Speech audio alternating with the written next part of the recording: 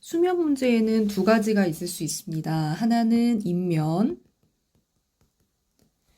그리고 수면 유지. 두 가지가 문제가 있을 수 있는데요. 인면이라는 거는 내가 잠에 들으려고 노력을 해도 잠이 되게 안 드는 거예요. 그래서 침대 위에서 1시간, 2시간 동안 누워있는 경험 한 번씩은 하신 적 있으시죠? 두 번째는 수면 유지가 문제가 될 수 있어요. 예를 들어서 잠에는 잘 들었는데 중간에 잠이 계속 깨는 거예요.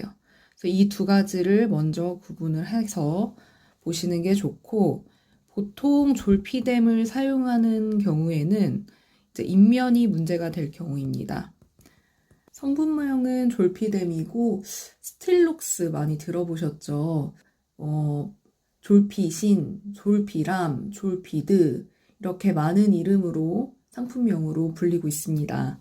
이 졸피뎀을 환자분들에게 써보면은 효과가 굉장히 좋아요. 특히나 이제 초기 그리고 중기 불면증에 굉장히 효과적인 약이라서 환자분들한테 이 약을 드리고 어제 잘 주무셨어요? 하면은 거의 대부분 네, 굉장히 잘 잤어요 라고 말씀을 해주시는 굉장히 좋은 약이기도 합니다. 그런데 이 좋은 약이 이제 점점 연구 결과가 축적되면서 이제 부작용이라고 하죠. 나쁜 결과들이 나타나기 시작했어요. 그래서 대표적인 걸로는 인지기능, 저하, 기억 소실 이런 것들이 있습니다. 그래서 이 약은 4주 이내 단기 치료로는 굉장히 좋은데 오래 쓰시게 되면은 이제 이런 부작용이 나타날 수 있고 수면 중에 걸어 다니기도 하고 이러면서 이제 다치는 경우가 발생을 하기도 합니다. 어떤 분들이 특히 조심하셔야 하냐? 1번, 나이가 많으신 분들, 고령. 두 번째는 졸피뎀의 용량을 많이 쓰시는 분들, 용량. 이런 분들은 특히나 조심하셔야 합니다.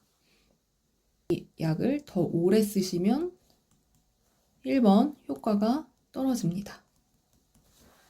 그래서 환자분들이 이 약을 처음 쓰시면 한 10명 중 7명 정도가 이 약에 효과가 있다라고 말씀을 하신다고 하면 계속 쓰게 되면은 이제 한 47% 환자만이 이 약에 반응을 보이게 돼요. 그리고 두 번째는 이 약을 오래 쓰면 치매와도 관련성이 높아서 치매 발병률을 높이는 것으로 밝혀지고 있습니다. 그래서 요새는 노인, 소아, 청소년 이 세 부류에는 장기뿐만 아니라 단기도 이 약을 잘 사용하지 않고 있어요.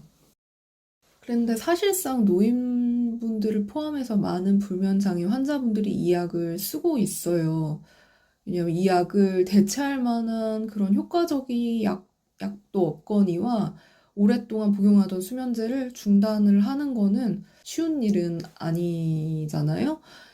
그래서 대체 방안으로는 이제 감량을 하는 겁니다. 끊지 못하면 차라리 천천히 감량을 하는 것이죠. 약은 한 번에 뚝 끊으시면은 이 약을 또 찾게 돼요. 2주 간격으로 지금 먹고 있는 그 양의 10%의 용량을 감량을 해서 최소 4, 5일은 같은 용량으로 유지를 해보는 겁니다. 여전히 끊기가 어렵다 하면은 낮은 용량으로도 줄이는 것을 목표로 차선책으로 할 수 있습니다. 졸피뎀을 사용하시는 의사분이라면 이미 이 약에 대해서 좋은 점과 나쁜 점들을 다 알고 계실 거예요. 네, 저는 환자분들도 이러한 사실을 잘 알고 계셔야 된다고 생각을 하거든요. 그래야 이제 의사분들이 수면제를 좀 줄이자 했을 때 환자분들도 그에 잘 응해서 따라오실 수 있어야 결국 양을 줄이고 끊을 수 있기 때문에 환자분들도 이러한 점에 대해서 잘 아시길 부탁드리는 마음에서 이 영상을 찍어봤습니다. 도움이 되셨다면 구독, 좋아요 부탁드립니다. 감사해요.